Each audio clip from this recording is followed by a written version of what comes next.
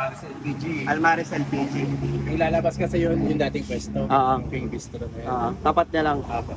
Almaris. Sabi Almaris LPG po. Almaris LPG. Yun o, magandang araw! Share ko naman sa inyo kung saan ako namimili ng mga reusable na empty gallon. Simulan natin sa ganitong galon na pinaglalagyan ng mga diesel. Ito nga palang pinakamabenta ngayon, nasa halagang 300 pesos. Sa ganitong empty container naman, nasa 320 pesos. Pwede yan, lagayan ng feeds o lagayan ng bigas. Ito namang susunod na empty container, nasa 150 pesos lang yan. Napakaganda nga pala ng cover o ng takip niyan. Marami kasi akong tinatago sa mga ganyan, kaya bumibili ako ng ganyan. At least pag hinanap ko, isahan na lang. Naman, nasa 70 pesos at nasa 150 pesos. Depende sa laki. Pero ang pinakamura nila dyan, yung binili natin, nasa 30 pesos isa lang. Yung kulay red na yan. Yan mismo. Yung binili ko nga nung 2015, gamit ko pa rin hanggang ngayon. Kung napapaisip kayo kung saan galing ang empty container na to, na kanilang binibenta para magamit pa. Galing to sa isang company sa Subic, Zambales. Sikat na flavor ng cake ang mga pinaglalagyan niyan. Hindi rito binibenta sa atin. Ine-export din. Yung location nga pala na itong store nila, matatagpuan siya sa Kalapandayan, Subic, Zambales, katabi lang ng Honda Motors. At mas kilala yung location nila sa Almaris LPG. Kaya kung kailangan mo ng mga ganitong empty container, nako, bisitahin wala rin silang Facebook at wala rin silang yellow basket, kaya talagang sasadyain mo sila. Kung may na-discover at may natutunan ka na naman sa video na to, please like, follow, and share mo na rin. Bye-bye!